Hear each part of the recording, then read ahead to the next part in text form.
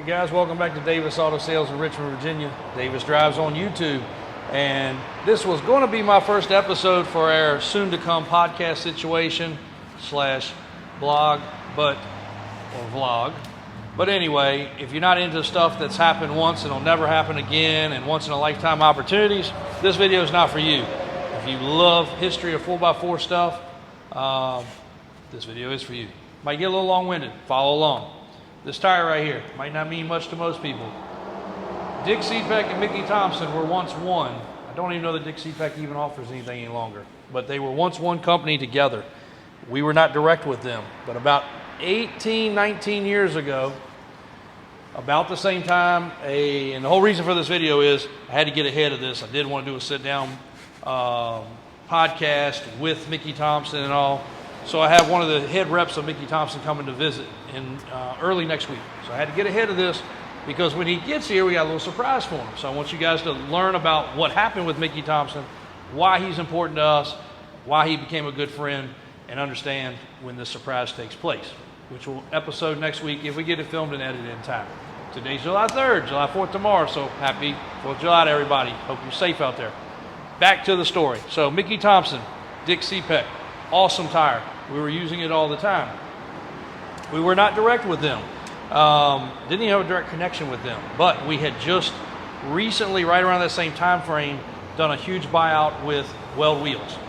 Weld Truck Division was closing, and we've been buying with them directly. And I got a phone call one day and said, hey, would you like to buy the rest of the inventory? And I'm like, what does it consist of? And they're like, a little bit of everything. It's a lot. You're the only man I can think of. We struck a deal. I bought it all. I bought the whole warehouse, bought everything Weld had in its full entity out. So we had a astronomical amount of wheels sitting around. Good stuff. 16 514s, 15 14s, brand new in the box.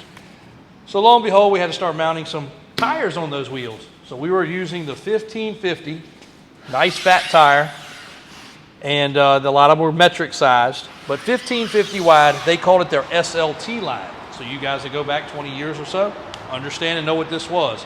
It was the Dick Seepeck Mud Country right here, the Dick Seepeck Fun Country 2, the Mickey Thompson ATZ, MTZ, and Claw, which is long gone now, but cool tire too.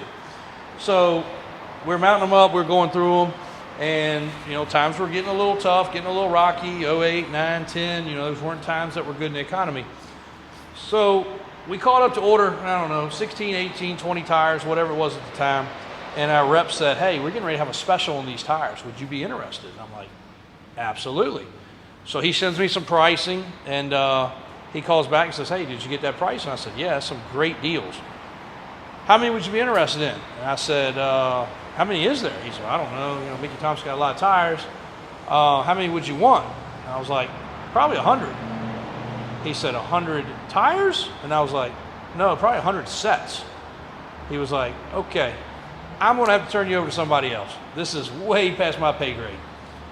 Lo and behold, he turns us over to Joe Musson, which has been with Mickey Thompson for almost 20 years, right when this stuff happened.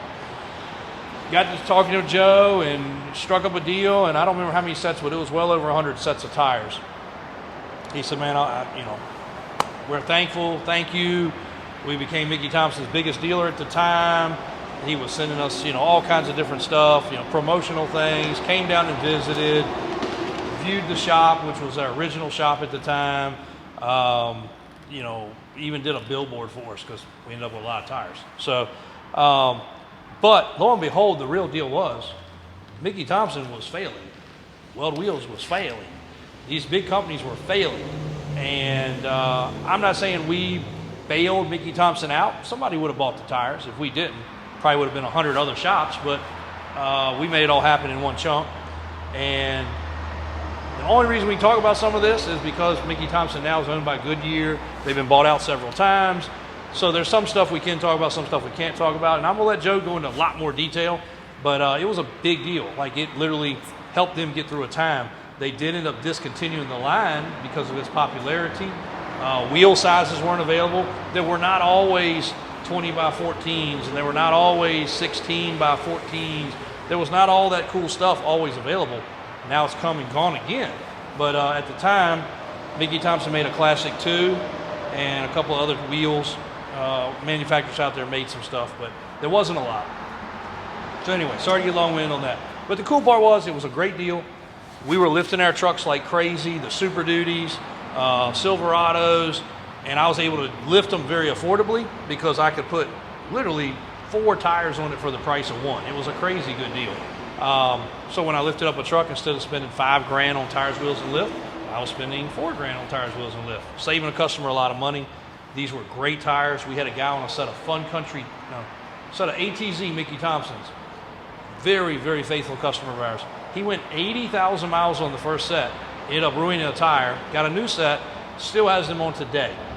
We haven't seen them in 15 years. They're still on the truck. I still see the truck today.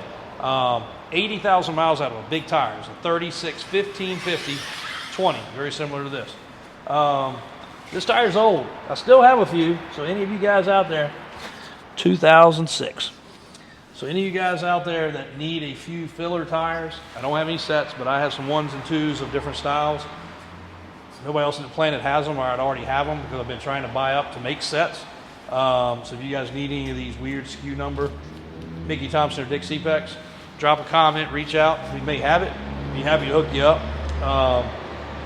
But it was a cool time. So that leads me into our reason for wanting to do podcast. I had to make some notes on here about some of the cool topics we're going to have. Just because we've been at this a long time, guys, and as you can see, we have grown leaps and bounds. We're thrilled to death to now have 3 showrooms, 2 huge warehouses. One of them we could stack 100 cars in if we wanted to. Height and ceiling, big. The shop is killing it. Daniel and Brian have done great down there. The original showroom, the car lot, everything has just grown. We still have our family base. We still have great employees, and things are just flourishing day by day. But as you all know, the economy is changing.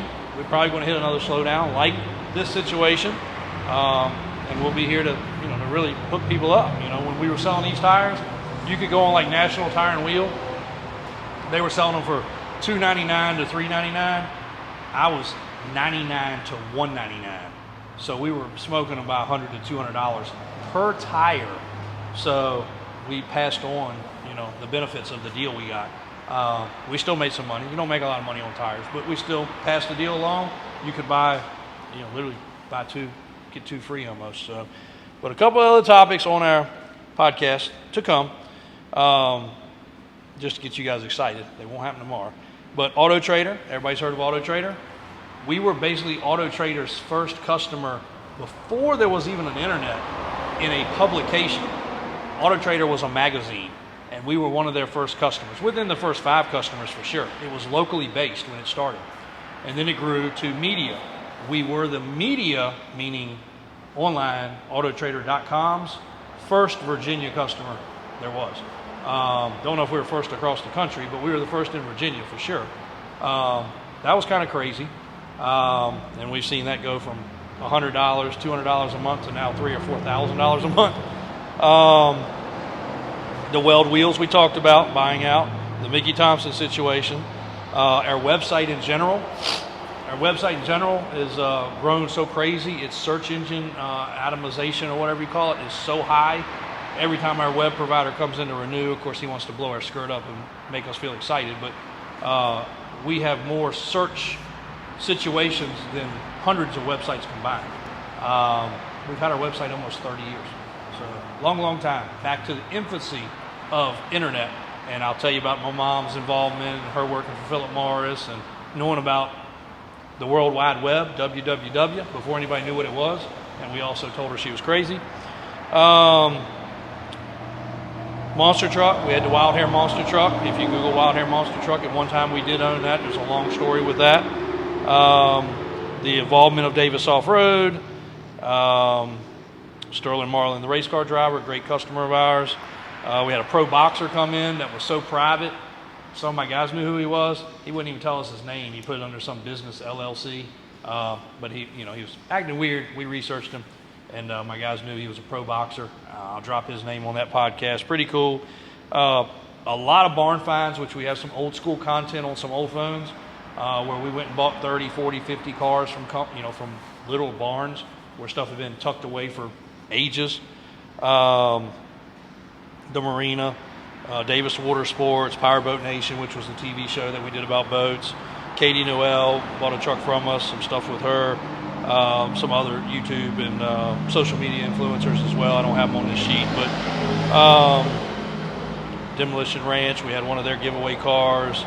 Another barn buyout, was called Fat Monkey, was the guy's name. He had like a literal museum, helped that family with a lot of stuff. My dad's vehicles, only a couple that he saved, but we'll do some stuff about those and him building those. The Diesel Brothers TV show, which we actually were Skyping and FaceTiming in the runner-up situation for that show, and kind of turned down the option to have the show.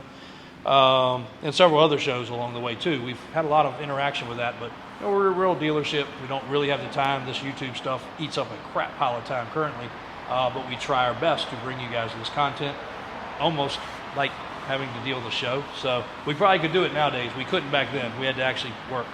So a lot of cool stuff for the podcast. Mickey Thompson stuff's really cool. Another reason it reminded me about this, I went and pulled it out of the warehouse. It was right around 4th of July that we did it, because I threw a set on one of my personal trucks for 4th of July because we were headed to the beach. So that's about it, guys. That's a little wrap up today before we leave for the holiday. As you can see, crazy stuff galore. AJ's bringing you a tour almost every morning nowadays, so if you're not watching that, please do. Christian's helping with getting more content. A couple jet skis just came in. They're going to be up for grabs. Got the square body out back getting worked on. The big old Grand Cherokee on Grand Wagoneer on boggers. You name it, guys. It's hot when we get out of here. Thanks, guys. Stay safe. Have a great 4th. And we really appreciate all your support.